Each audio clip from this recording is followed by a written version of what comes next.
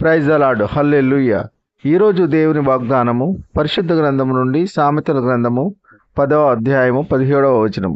ఉపదేశమును అంగీకరించువాడు జీవ మార్గములో ఉన్నాడు, గద్దింపునకు లోబడని వాడు త్రోవ తప్పును. ఆమెన్. హల్లెలూయా. ఇశ్రాయేలు రాజైన సొలొమోను రాజు గారు మనకు ఈ విధముగా తెలియజేయుచున్నారు. దేవుని వాక్యమును, దేవుని మాటలను విని అంగీకరించి వాటి ప్రకారము నడుచుకునేవారు వాక్యానుసారముగా జీవించేవారు జీవ మార్గములో పయనించుదురు.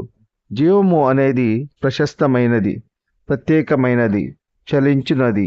దేవుని వాక్యము ద్వారా, భక్తుల ద్వారా, స్వార్థికుల ద్వారా గద్దించినప్పుడు ఆ గద్దింపునకు లోబడాలి, అంగీకరించాలి. గద్దింపునకు లోబడిన వారు త్రోవ తప్పుతారు.